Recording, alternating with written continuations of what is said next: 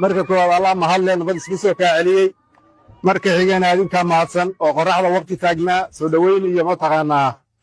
iyo ma garanaysaa wixii lamidkaad u taagnaydeen aad baad mahadsan tihiin xilli kulul weeye waan idinka mahad celinahayaa waqtigii aad joogteen meeshaan aadna sugayseen intaa markay ka timaado hadda ka hor waxaad iga maqli jirteen anoo idin idhaahdo dowlad dhexe iyo mid state midna waxba kama hayo arrinku maanta sidii waa ka duwan yahay wax badan baan wadaa wax badan baan hayaa marka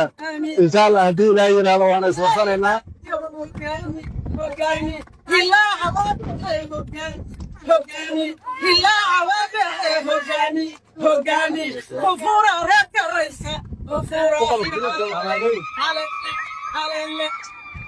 aad iyo aad baad mahadsantihiin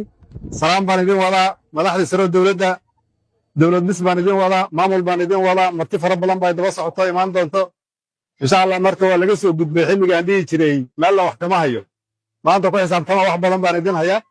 shir weyn baana isku waraysan doonaa haddii ilaah yidhaahdo